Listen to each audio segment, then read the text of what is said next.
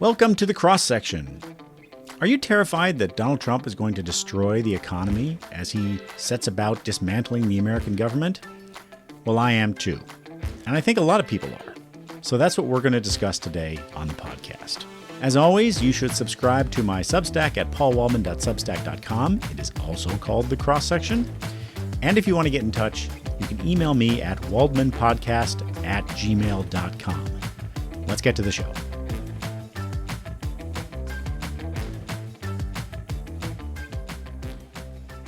One of the extraordinary mysteries of American politics is the way that for most voters, the default assumption is that Republicans are good for the economy.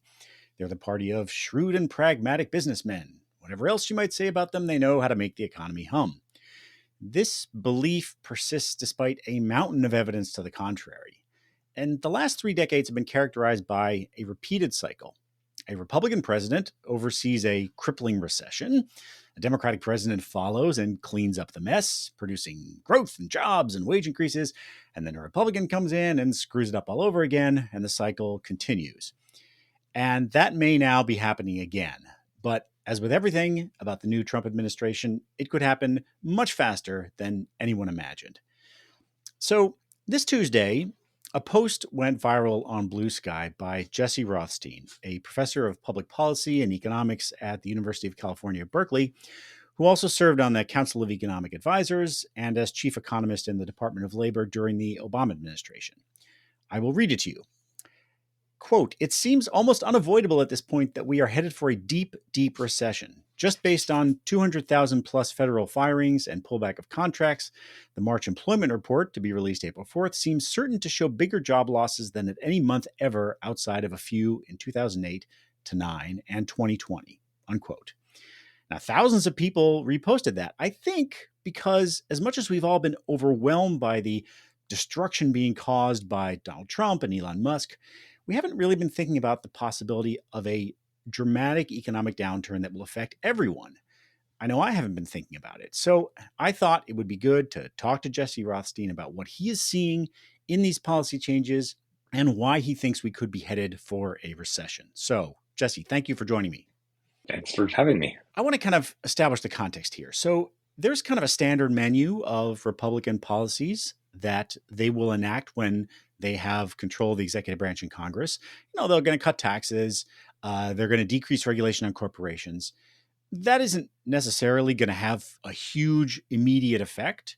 So what do you see that is distinct that the Trump administration is pursuing now? And what is it about the kind of national economic context and maybe the global economic context that makes it more likely as you look out into the world that there may be a recession looming sometime soon? Yeah, so I think there are 2 aspects of the administration's kind of initial wave of activities that are real risks for a recession.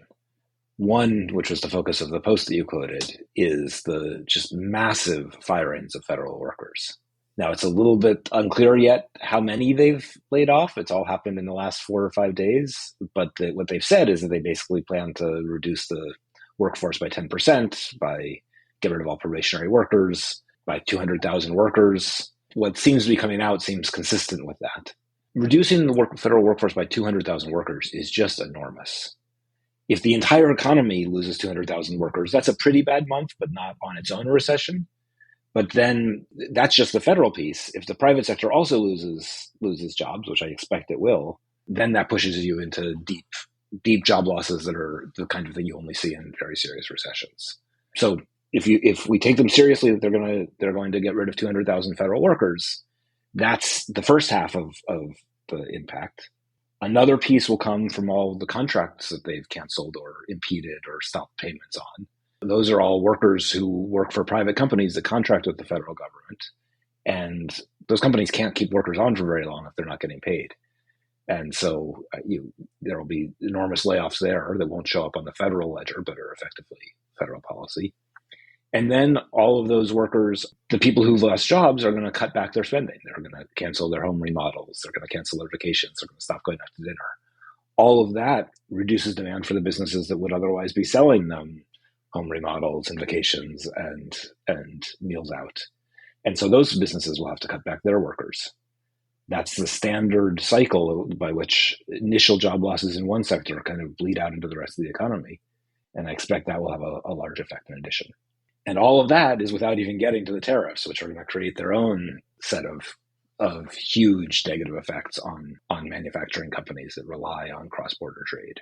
I do want to talk about the tariffs, but I think I want to point to something that you mentioned that I think is maybe getting less attention. A lot of people don't understand.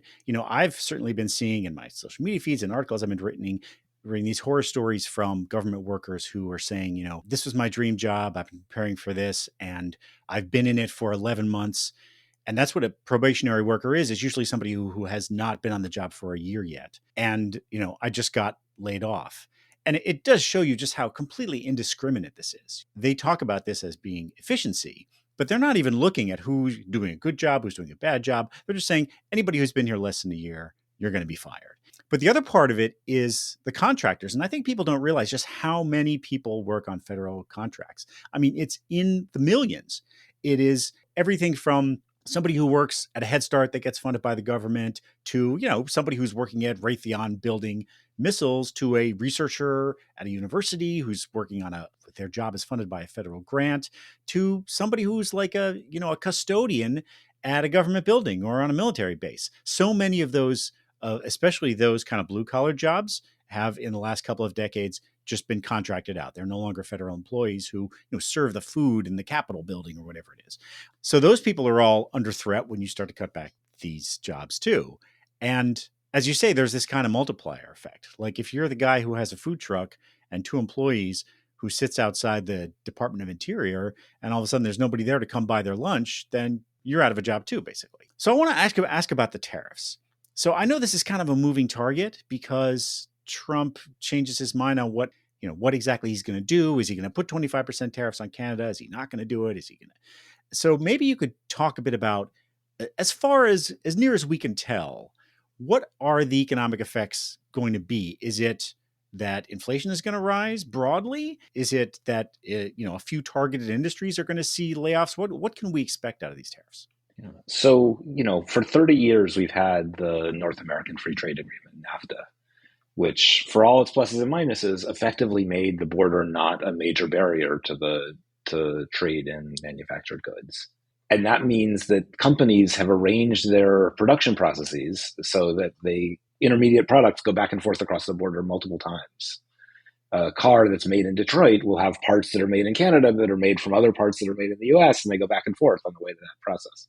That's called integrated manufacturing. Once you integrate that means if we now announce a tariff, that means you're going to be paying the tariff every time this stuff goes back and forth across the border. And that makes it basically infeasible to continue to operate that way. And so you're going to have all of these supply chains that are set up assuming that it's free to send things back and forth, all of a sudden finding out it's enormously costly, and they're going to have to radically remake their supply chains very quickly.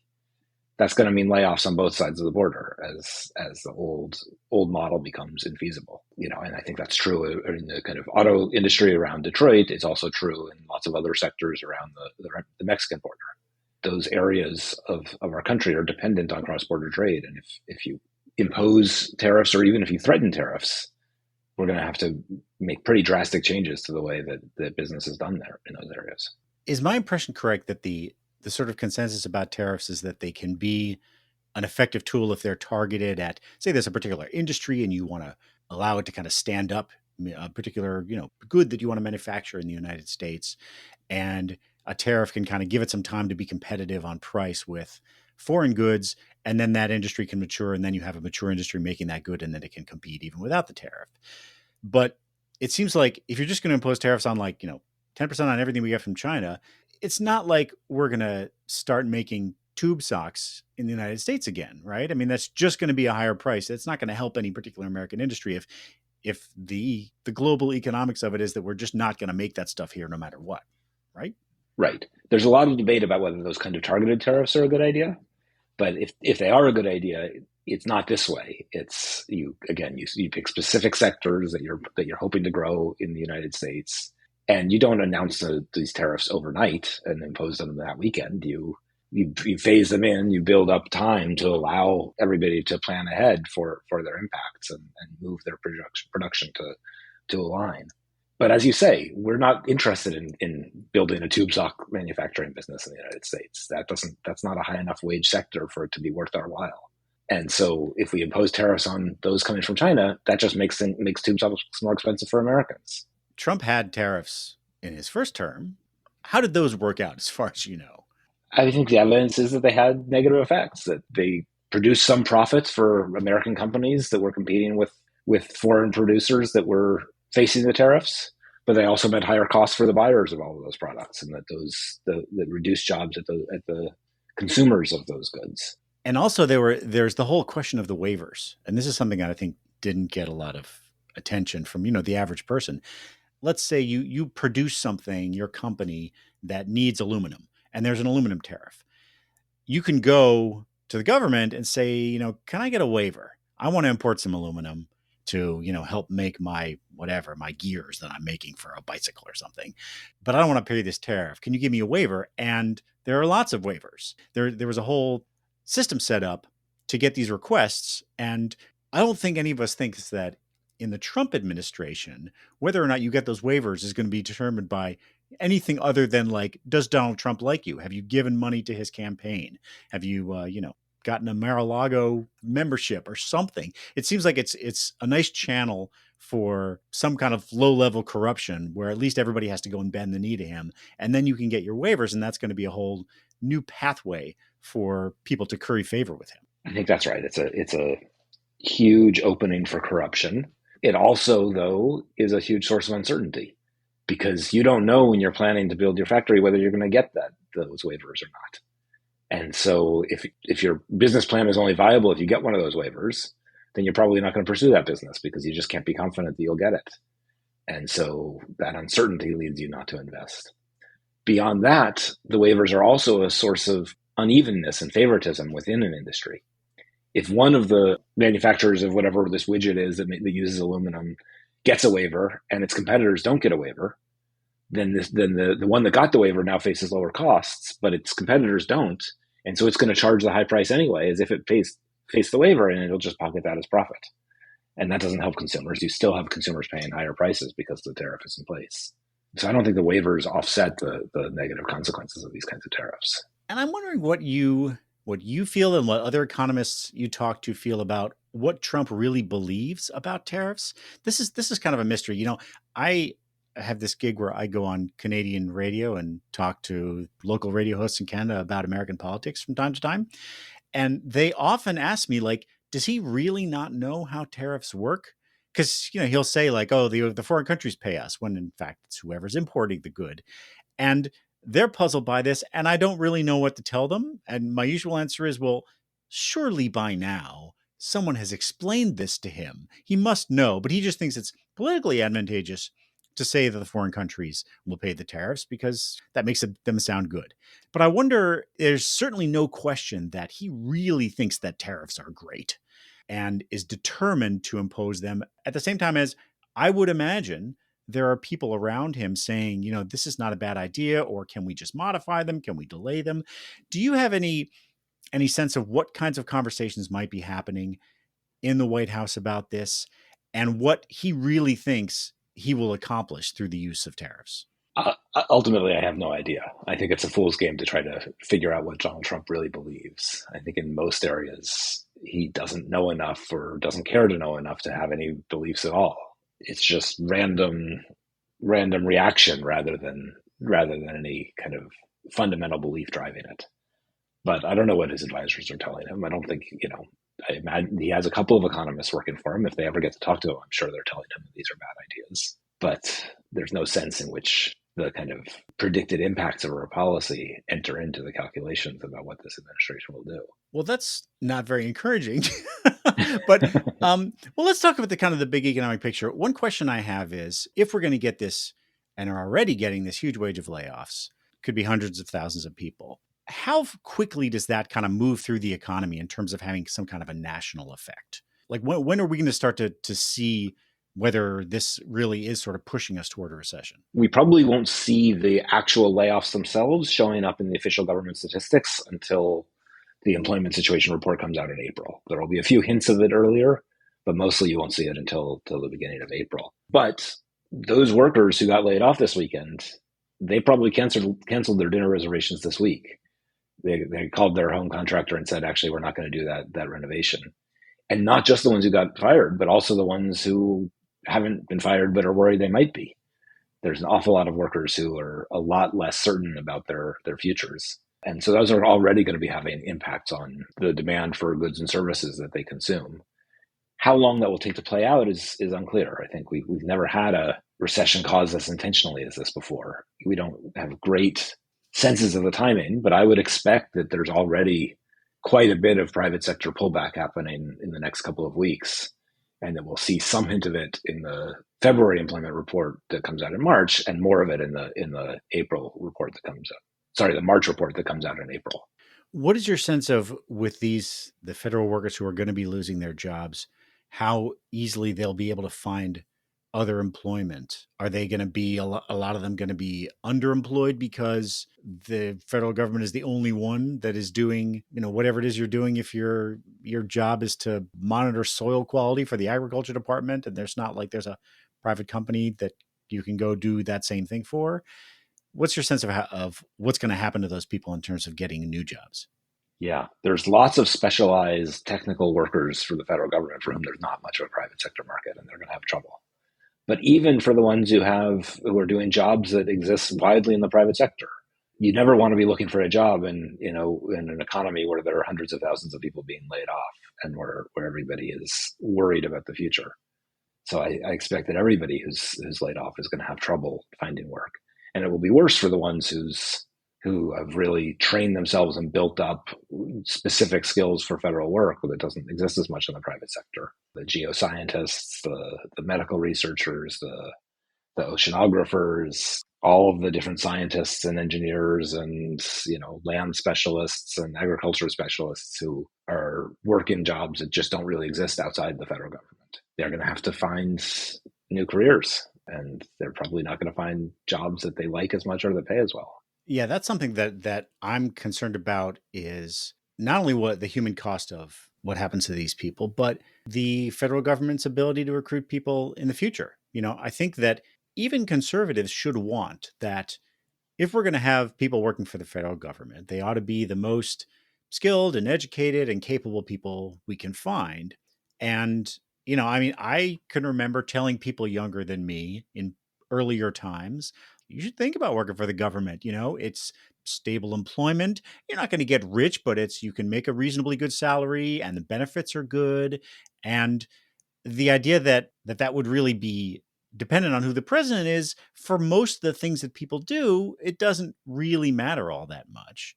But now, like after this, there's going to be an effect of this sort of the spectacle of this.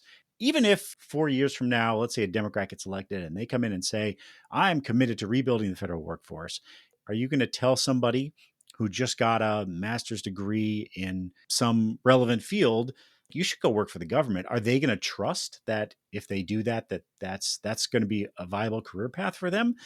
I feel like we're going to lose a couple of generations of talented people who are just not going to want to do civil service. I think you're right. I think I'm really worried about that also. And this actually ties into something you said earlier about the probationary workers. The probationary workers, as you said, if you get hired into a federal job, you're typically on probation for your first year.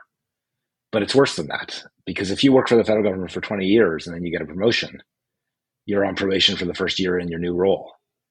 And we're hearing about a lot of people who got fired as probationary workers in the last week, who were actually longtime civil servants who just happened to have gotten a promotion recently. So what we've said is not only is this job that you used to take because it might not pay that much, but it was secure, not only is it just wildly insecure because some president can decide he just wants to slash the workforce for no reason at all, and you might lose your job. But even if you're there for a while and you do a great job and you get promoted, that opens you up to risk. So who's going to want to accept a promotion under these circumstances anytime when there might be a Republican in office in the next year? I think this is going to have very, very negative long-term consequences for the ability to hire into the civil service. Now, are there other kinds of economic effects that are sort of the second order? Like I'm thinking, well, a lot of people have been waiting for interest rates to come down in order to sell their houses or to be able to buy a house. Uh, And they haven't yet, even though inflation has come down. We're all sort of waiting on the Fed to see when they're going to lower interest rates. Well, a big spike in unemployment would generally lead the Fed to cut interest rates. So maybe that will lead rates to come down lower. I think the bigger issue is going to be just that this is going to create uncertainty in every aspect of economic life. And if there's uncertainty, you just put off decisions if you can. You're better off waiting. And so you're going to have businesses just deciding not to invest, even if they haven't been directly affected yet. They just don't know what the world's going to look like 6 months from now. And so why don't we hold off and not sink our money into a unrecoverable investment in the meantime? And I suspect there'll be something similar with the Fed. Even if we have economic conditions that might have led them to cut rates, they might say, well, look, it's so uncertain what's going on.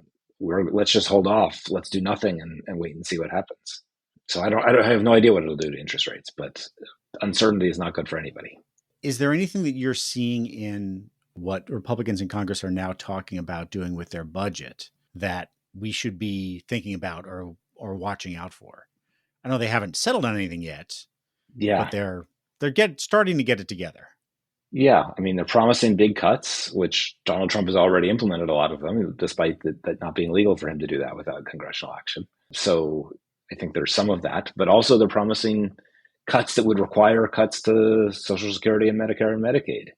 And that's going to have its own set of consequences if people's kind of retirement pensions and healthcare is impacted, even beyond the effects it's going to have on the medical system of all the chaos at NIH. Right. If you kick 1 million people off Medicaid, I don't know what the number of people who are on Medicaid now is. It's 70 million or something. It's very, very large. And Republicans are not happy about that. And they're talking about instituting work requirements in as many places as possible, which is basically just a way of putting up kind of bureaucratic impediments to people getting insurance. And, you set up a kind of an obstacle course of red tape. And if you make a mistake in, filling out your weekly hours, then they kick you off your insurance. And that's a way of reducing the rolls.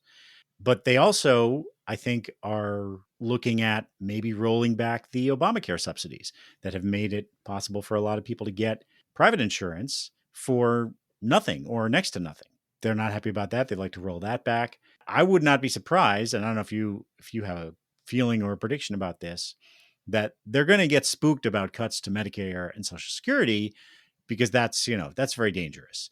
But Medicaid, I think Republicans believe that they can go a little farther there without the political blowback. But that may not be true. They tried to do that in 2017 when Trump was president the first time. And yes, it was only because John McCain voted against it that the Affordable Care Act survived. But there were protests. There was a lot of public pressure about the Medicaid cuts. And it turns out that Medicaid, even though I think a lot of people feel like, oh, it's a program for poor people, it must be widely maligned. In fact, people really like Medicaid. People who are on Medicaid are very, very happy with it. So there may be a political blowback to that too.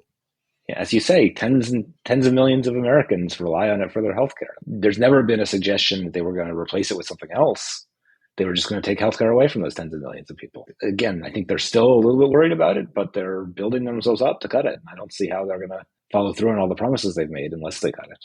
They need that money to pay for tax cuts for the 1%.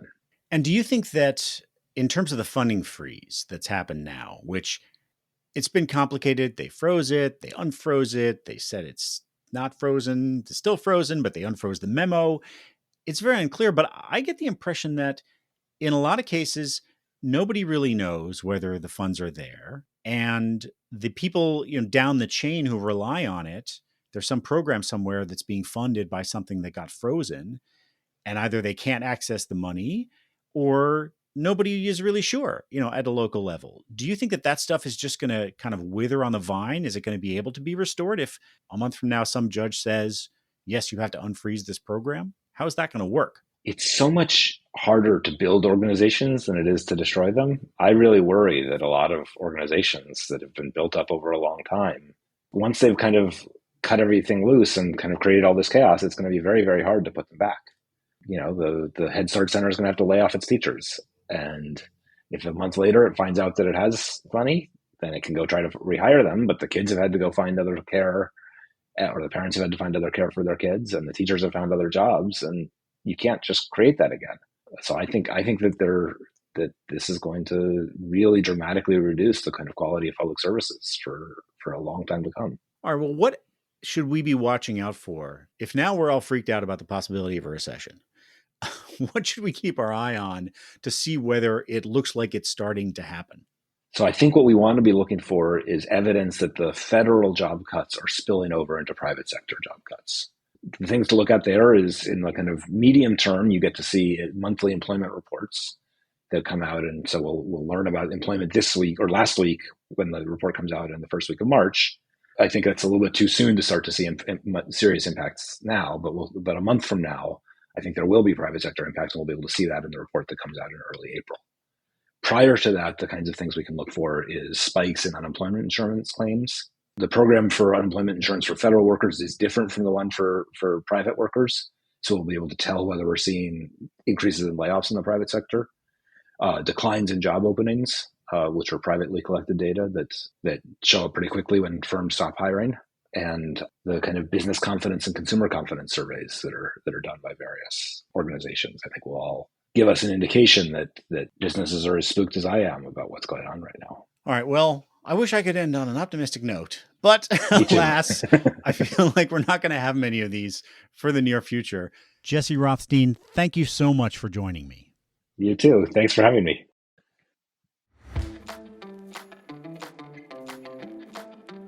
That is it for this episode of The Cross Section.